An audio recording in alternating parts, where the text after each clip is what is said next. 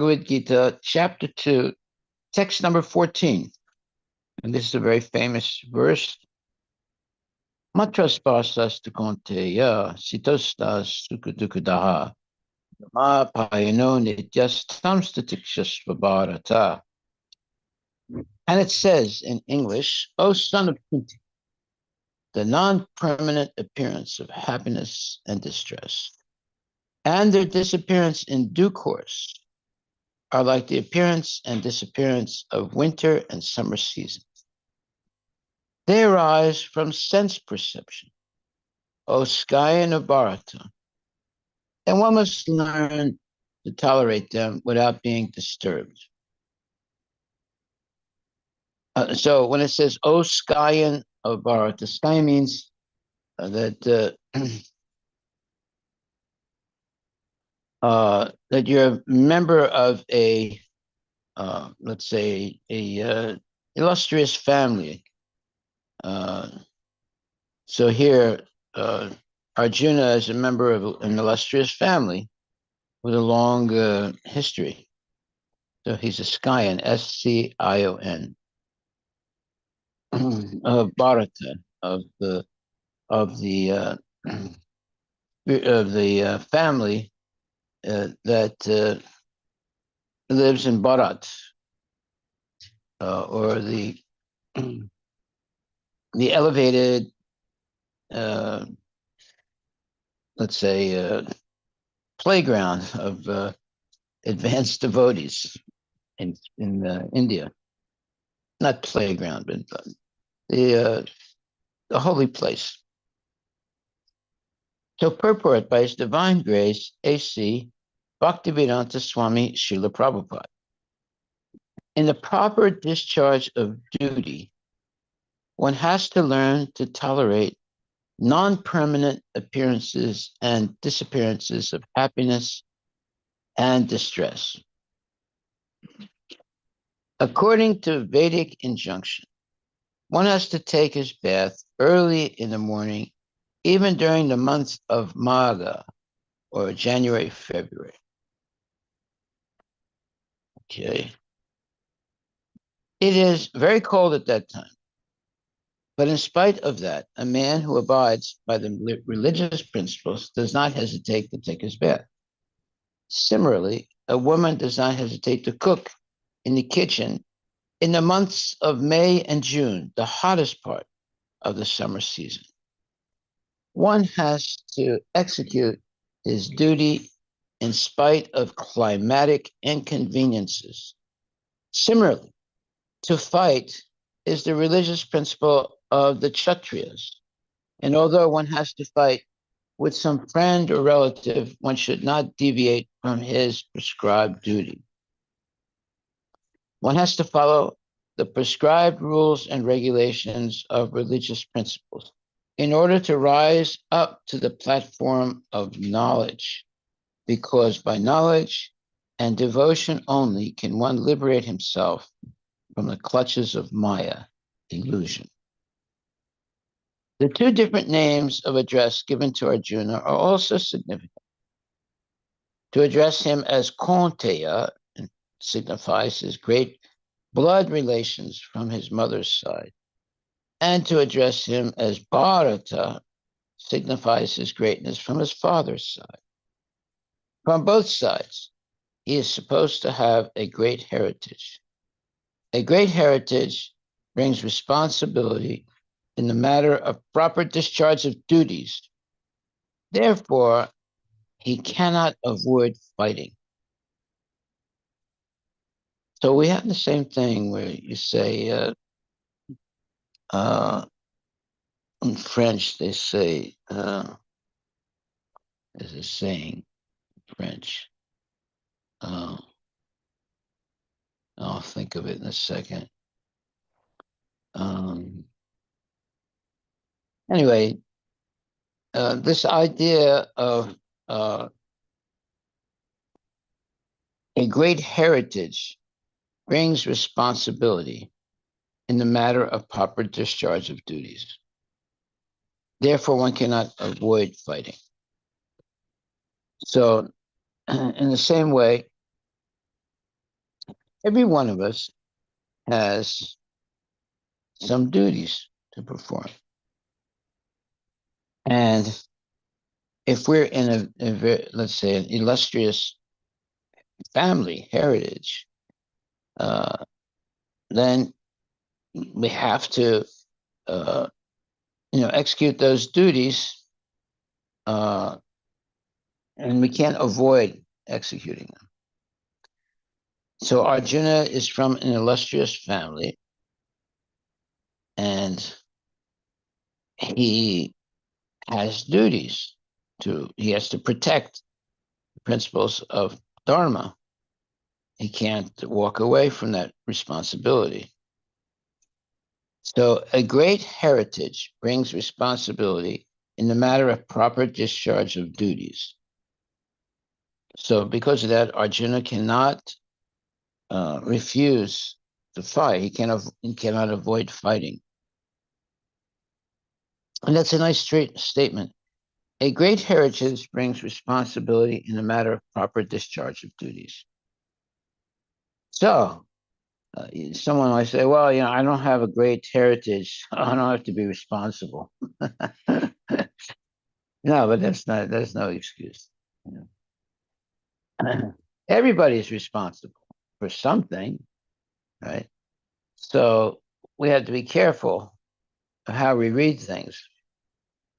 So the verse again says, O son of Kunti, the non-permanent appearance of happiness and distress. Right there, that's a big statement. This happiness and distress is non-permanent. They come and they go. They're not going to exist eternally. Therefore, that's why I always say every problem will be resolved if you're patient.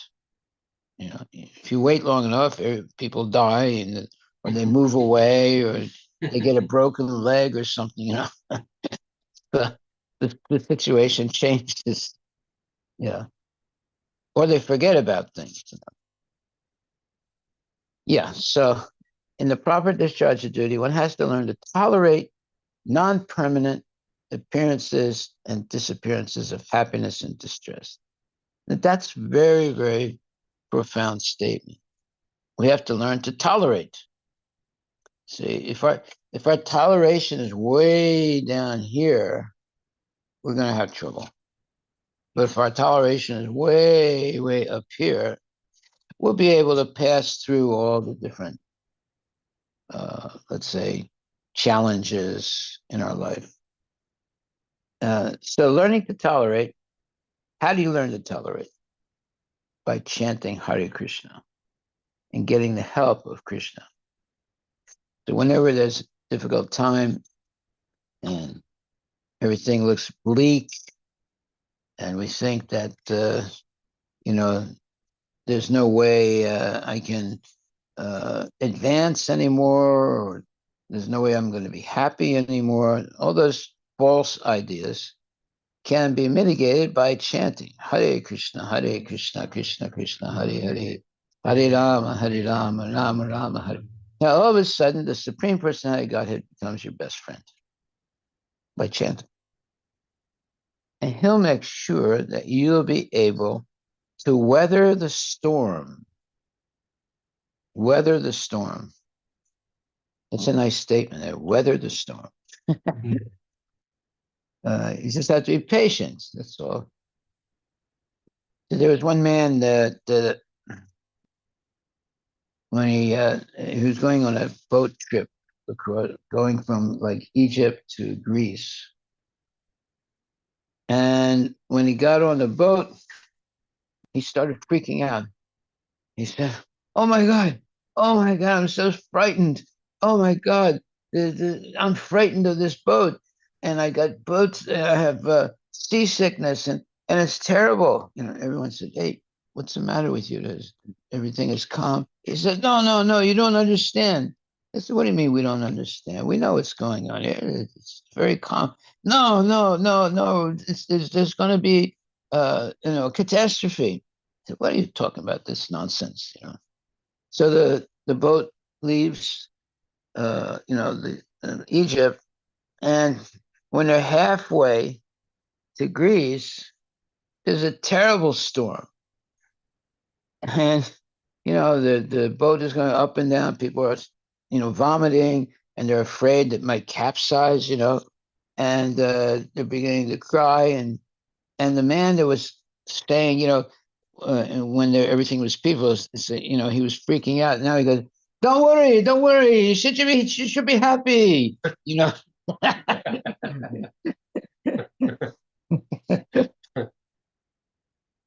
Yeah. So, I mean, you can see how situations can change from black to white and white to black, Uh, so we have to be tolerant. And where it says, the non-permanent appearance of happiness and distress, and their disappearance in due course are like the appearance and disappearance of winter and summer season. They arise from sense perception, O Skion of Barth. And that's where Skion, Scion, you should look that up. And one must learn to tolerate them without being disturbed. This is a big lesson. So Skion means there's a whole family history. A descendant of a notable family. What? A descendant of a noble family. Yeah. Yeah. So in the proper discharge of duty, one has to learn to tolerate non-permanent appearances and disappearances of happiness and distress. So that's a good point. In the proper discharge of duty, one has to learn to tolerate non-permanent appearances and disappearances of happiness and distress. So every lady who's going to have a baby, she should memorize this verse. One has to learn to tolerate non-permanent appearances and disappearances of happiness and distress. And usually, when I might be wrong, but when a woman has her first child, right after the birth of the child, now she has to, wake up early and feed the child, and then go to sleep, and then the child cries again, that she has to wake up again. And in the early days of her having the child, she sometimes gets really depressed because before, even like, she'll think, well, when I was not married, I could, go to sleep and sleep really well and wake up, and no one was bothering me, and I was happy, And now, oh my God, the child is crying all the time, like 1 o'clock in the morning, and 3 o'clock in the morning, and 5 o'clock in the morning, and every time I have to wake up, and I have to also take care of my husband, and all of a sudden they get overwhelmed, and they're distressed. It's Postpartum depression. Yeah. What is that called? Postpartum Depression. Yeah, yeah. It happened to my wife. I remember that. You just get overwhelmed because before, everything was sort of peaceful, and now, every time the baby's crying, you have to do something. You can't just let the baby keep crying. Yeah.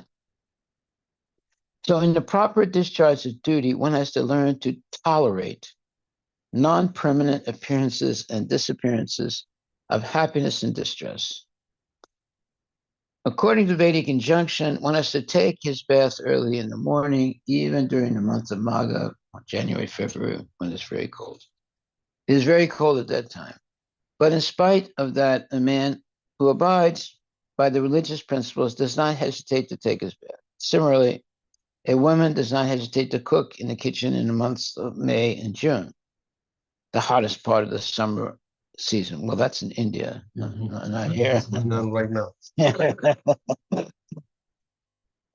One has to execute his duty in spite of climatic inconveniences.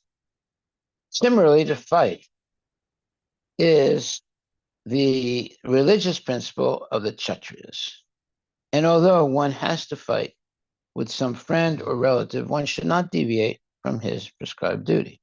One has to follow the prescribed rules and regulations of religious principles in order to rise up to the platform of knowledge, because by knowledge and devotion only can one liberate himself from the clutches of Maya, illusion.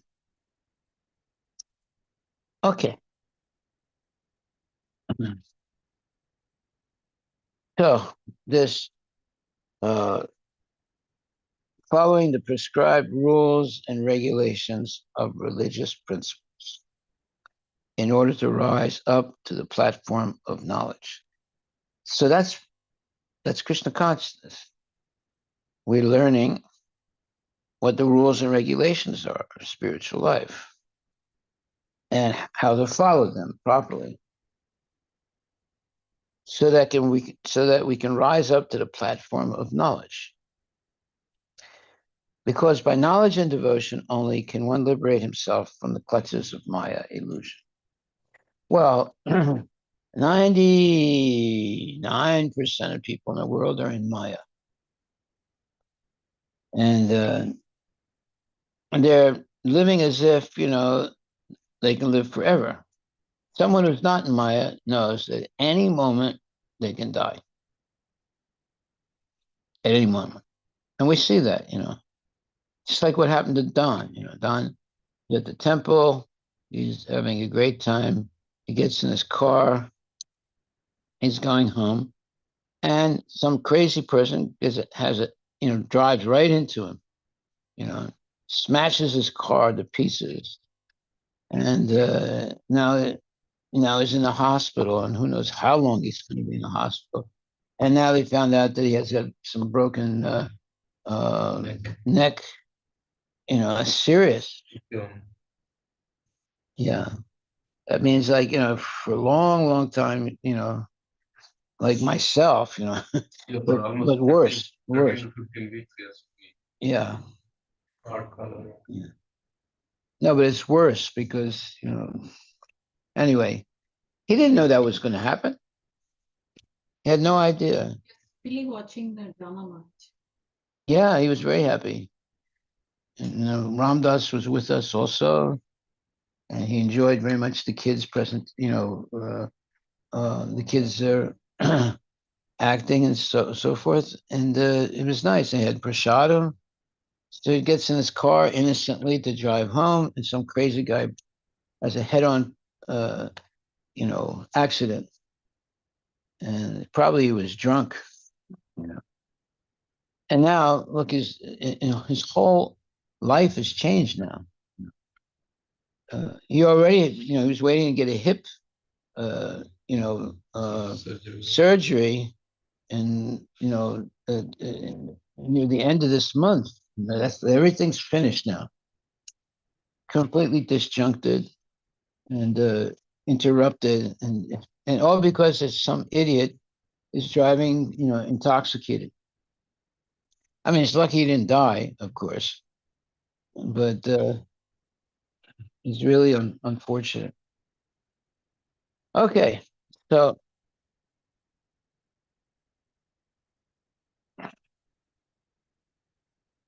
in the proper discharge of duty, one has to learn to tolerate non-permanent appearances and disappearances of happiness and distress. So that's in the proper discharge of duty. So just like a mother, a newly, the mother who just gave birth to a baby, and it's for her first baby. And now, the baby has a different schedule than the mother, right? So the baby's waking up, 1 o'clock in the morning or 3 o'clock in the morning. And now, she has to get up, and then the baby's crying, and she has to figure out why it's crying. Is it because the baby's hungry, or because maybe some bug is biting the baby? You don't know why the baby is crying, and then she's got to sort of soothe the baby, and then try and get the baby to go back to sleep so she can go back to sleep. And it's a whole new responsibility.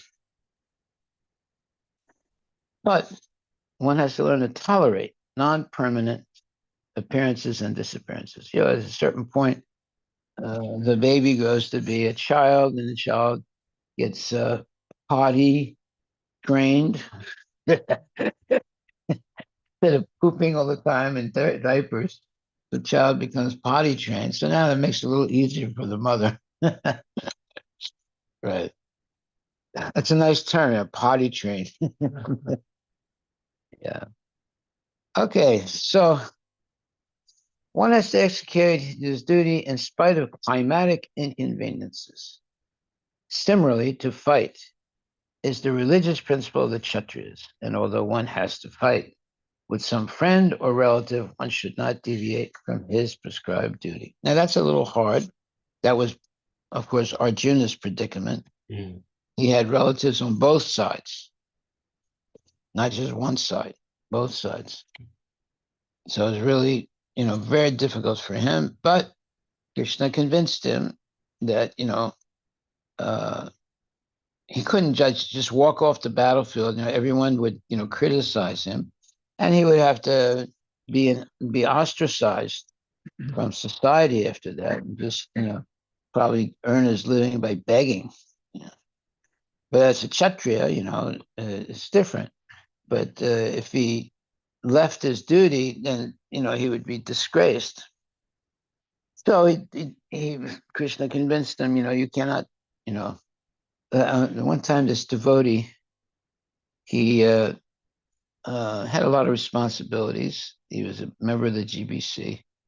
And he wrote a letter to Prabhupada and he said, I quit. Prabhupada wrote him back and said, you can't quit. he said, you can't quit. He got shocked when he got that. It was not a letter. It was a telegram. Mm. Yeah. Right away, Prabhupada answered, well, you cannot quit. You have to stay in your position. These things happen, right? Okay, so are there any questions about this verse? So the devotee followed the instructions. Yeah, yeah. Well, he followed it for a certain period of time, then he did quit anyway. This time, uh, and then Prabhupada didn't, pursue it. But that devotee had a lot of problems after he quit. But he didn't quit right away, so that's to his benefit. Mm. Maharaj, here Prabhupada is saying because by knowledge and devotion. He didn't just say knowledge. Yes. Just having knowledge is not enough. Right? No, it's not enough. You have to have devotion. If you want to approach Krishna. If you want to get a job, you need knowledge. You want to go back to Godhead, you have to have devotion. Yeah. This is all right, let's go to the next verse. Yam hina vyatanti ete purusham purushar samaduka sukam diram so murtavaya kalpa. O best among men, Arjuna, the person who's not disturbed by happiness and distress and is steady in both is certainly eligible for liberation. Haribol, good verse. O best among men, Arjuna, the person who's not disturbed by happiness and distress and is steady in both is certainly eligible for liberation. So I remember, and none of you were around then, and I was in Seattle, I had a really nice house with a swimming pool. Mm. Yeah, in Seattle, yeah. And even the neighbors' kids would come to swim in the swimming pool with our kids. And it was a big house, like 4,000 square feet. And yeah, it's big. And, my wife and I were there, some of our kids, the neighborhood kids would come to swim in the swimming pool, I was always worried, nothing happened to those kids, and then Mm. parents would sue us, if anything happened. And then the house burned down. There was a fire. Omar, when he was just a little kid at that time, right? Maybe, I don't know, 7, 8 years old. He went into the closet uh, where my clothes were, and he was playing with matches. He set my clothes on fire, and fortunately, he ran out, and the whole house burned. Oh my God. Yeah. Did the insurance cover? Well, you see, I had really good insurance, Yeah. thank God, and they covered everything, and that was good actually, because before that I had promised to give $100,000 to the temple, and I was thinking, how am I going to get this money? Then the house burns down, and they reimbursed everything, because the house burned down in a certain way. Yes, the house burned down, but everything was still there, but all black and charred and things. But you could, every little thing was still there. It's not that everything got destroyed. So we were able to count everything. The clothes, the watches, the jewelry, this thing, that thing. And it all came out to about, I don't know, almost $400,000. Right? So all of a sudden, I get $400,000. I easily was able to pay $100,000 to the temple. It's like that was Krishna's, that was Krishna's mercy. Yeah. Before that, I was thinking, why did I make such a big donation promise? I was thinking, how am I going to get this money? And the house burns down. Now I have this big chunk of money. See how Krishna arranges things. Everyone else was, wondering why I wasn't like crying or lamenting. I was happy. I was happy the house burned down. I get a new house and I'm able to pay back pay that money to the temple. So I had the desire of a pure devotee can manifest. Yeah, it was just a miracle how that happened. Yeah. Well, you have to depend on Krishna, whatever you do. Have been very surprising for everybody why Maharaj is not unhappy about it. Yeah, I mean, everyone say, I wasn't unhappy. I was happy to burn down, but it burned down in such a way that you could count everything in the house. That is a miracle. Yeah, yeah. So you could count the watches. I said I had a gold. What do you call that? A gold watch, right? But it wasn't destroyed completely, right? It was blackened and everything. So that was an expensive thing, and the So that's the on top of the house cost, like the 400,000 is just the. that was by counting one by one everything in the house. Wow. Right? Yeah, I'm saying like they also have structural cost, right? That's the insurance. Yeah, that's beyond. Yeah, this is beside that. Yeah. So the assessor that came was a really nice guy. So he was going through all my books and said, "Well, this one's like $10, and this one's like, well, let's say it's $50. This one is like." It was funny, it's like a joke. He was a nice guy, and all the books were like burned. He said, "Oh, this, that's okay."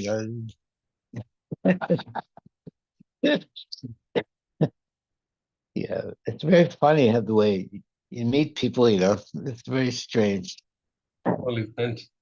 Only friends. Yeah. And I wasn't worried because now I was able to, pay that money I promised to the temple, and they were going to give me a brand new house, basically. And then I sold the house. As soon as, they finished building it, I sold the house, right? Like $400,000, 350, $400,000, and I ended up with a big chunk of money. And so I didn't need to buy another house. I just moved into the temple. And my wife went to I forget where she went, but she wasn't there then. So I was just living in the temple. So it was actually good for me because, you know, I'm living in the temple and Detached. detached, yeah, having fun. Okay. So the next verse, do we have time? No, we don't have time. Yeah, I think. Any questions? Any questions here or online? Maharaj, when that happened, like what was your, I mean, you didn't I didn't get upset. upset her. No, not at all. I mean, is it because you knew the insurance would cover? That's why they. No, because see, okay, let's put it like this. At that time, I didn't have a warehouse for my business. My business was doing well.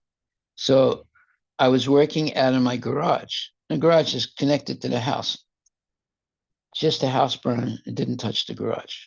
Mm. The garage was full of all kinds of chemicals. Yeah, If it caught fire, it would have been a huge fire, right? Maybe even an explosion. Yeah, So that's why I was happy because my business didn't get wiped out, right? Mm. And they would not have reimbursed me for the business, Mm. you know, Mm. because there was no, I had no right to put so many dangerous chemicals you know. So I was happy, you know. And then after that, then I decided not to, you know, have a house, but I, you know, before that, I was running my business out of the house, right? And you know, this it's not so good to do that. Now I could get a warehouse. I could, you know, function, you know, properly, and it completely changed my whole life when that happened, you know. And then the business took off like anything. Mm. So actually, it was a blessing that the house burned down, right? And I had a big chunk of money also. So, and I was able to give a lot of money to the temple, and yeah, everything worked out. Okay. Any other questions online?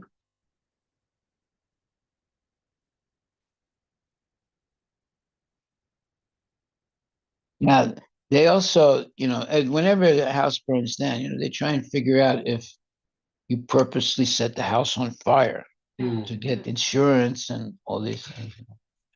But no, you know, they could see it was legitimate. But they, you know, the inspectors came and to take a look to see if it was. But they knew that because of the child's play, it happened. That was part of the accident. Yes. Oh. Yeah.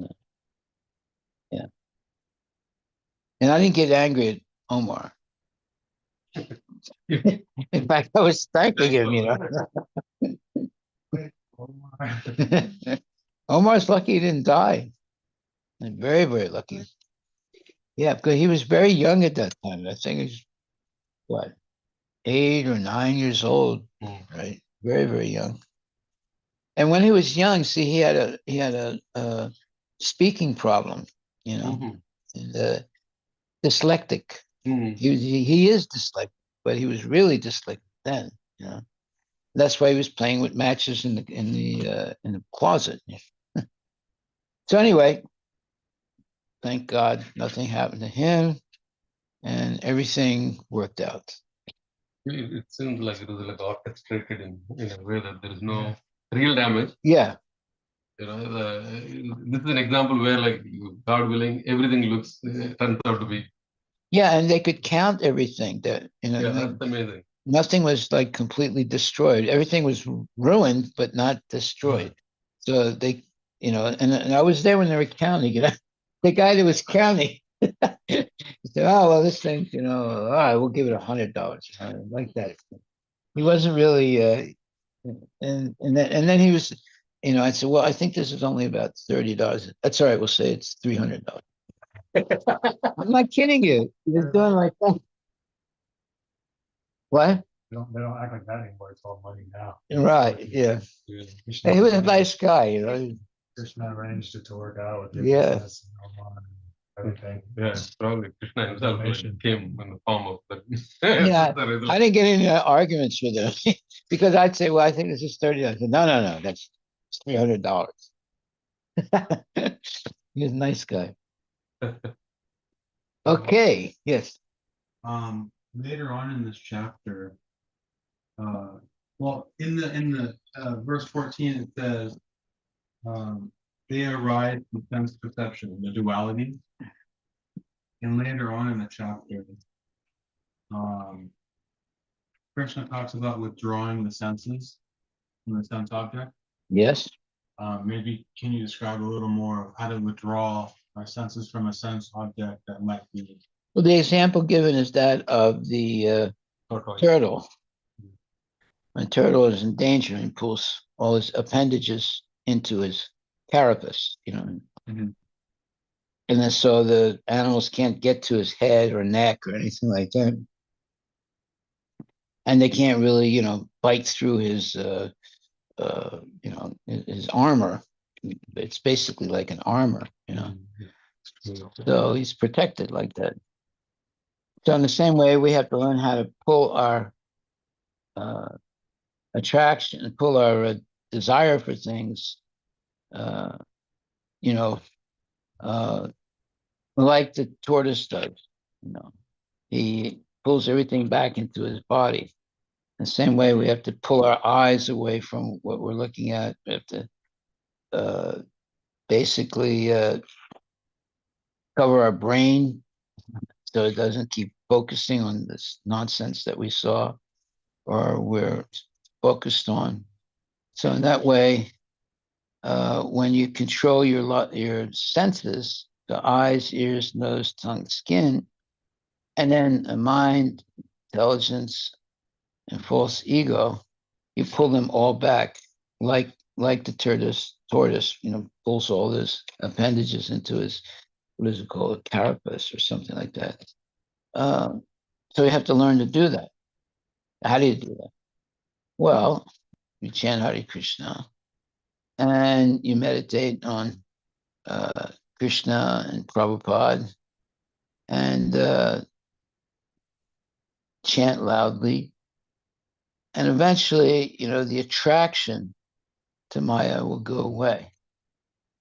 But if you, don't chant nicely and always, desires for sense gratification are in your mind, you're not saying it out loud, you're keeping it in your mind, then you're troubled. You're because it's like you're living a double life, There's the outside life looking like your Krishna consciousness, but then there's the inside life of the mind, is always focusing on sense gratification, right? So that duality will make you go crazy. Sometimes people go crazy, So you have to, chant loudly and follow the regulative principles. And eventually, those type of attractions go away. Like, for example, when I see a pretty girl walking down the street, right? Now, everything depends on how you see. Then I imagine what would happen if she had an accident and they take her to the hospital and some of her internal organs are damaged. So they have to cut her open like this and open up. And what do you see? Whatever you saw before when she was walking down the street was attractive, right?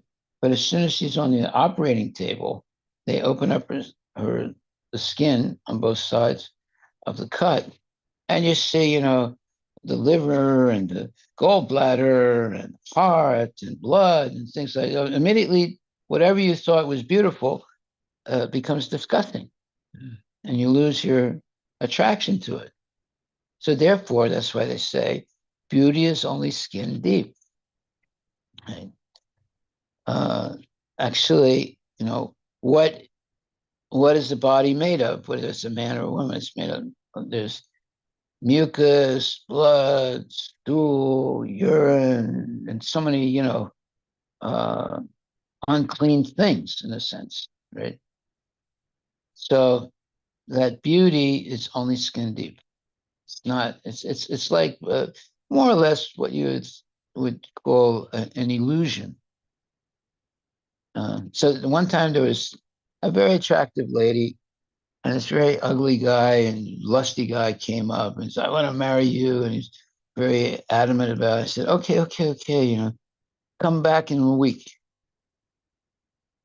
So he said, "All right, but I'm thinking about you all the time." I said, "Okay, I understand. I understand. Calm down now. Go away and come back in a week."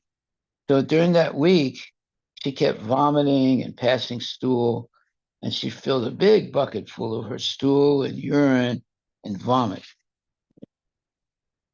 So by the time he came back, she was gaunt.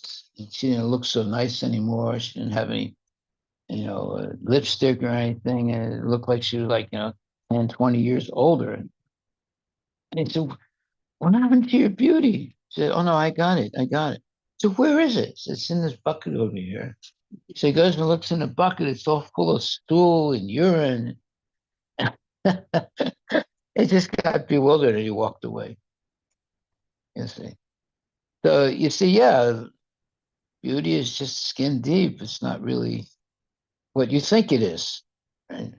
It only looks beautiful, but it can be very quickly changed. Like, you have an accident and you can be crippled for the rest of your life, or you can lose some limbs. So, you never know what's going to happen. So beauty is just skin deep. It's not really something, it's not like the body of Radharani. The body of Radharani is a spiritual body, right? Always beautiful. And so we have to be very careful about fantasizing things. You know, you fantasize, somebody's body. Like one time, this is a little bit funny. I was a long, long time ago, way before I was a devotee. I went to this summer camp. And the summer camp, we had we had this one, building. It was the outhouse building, right? So there was one side was for uh, males, and the other side was for females. But I mean, you could hear the females, or you could hear the males. There was something like that. So I was, in the bathroom and doing my thing, and then all of a sudden I hear someone running, you know, that toward and it was on the other side, the women's side. And then they come in, they slam the door, and then I hear all these noises now, like that. I was thinking to myself, well, I was thinking, which girl is this? And I was picturing the different girls that were there, and then I started picturing the ugliest, baddest girl, right? So quickly I put my pants back on, and I went outside. I wanted to see who it was, It was the most pretty girl in the camp.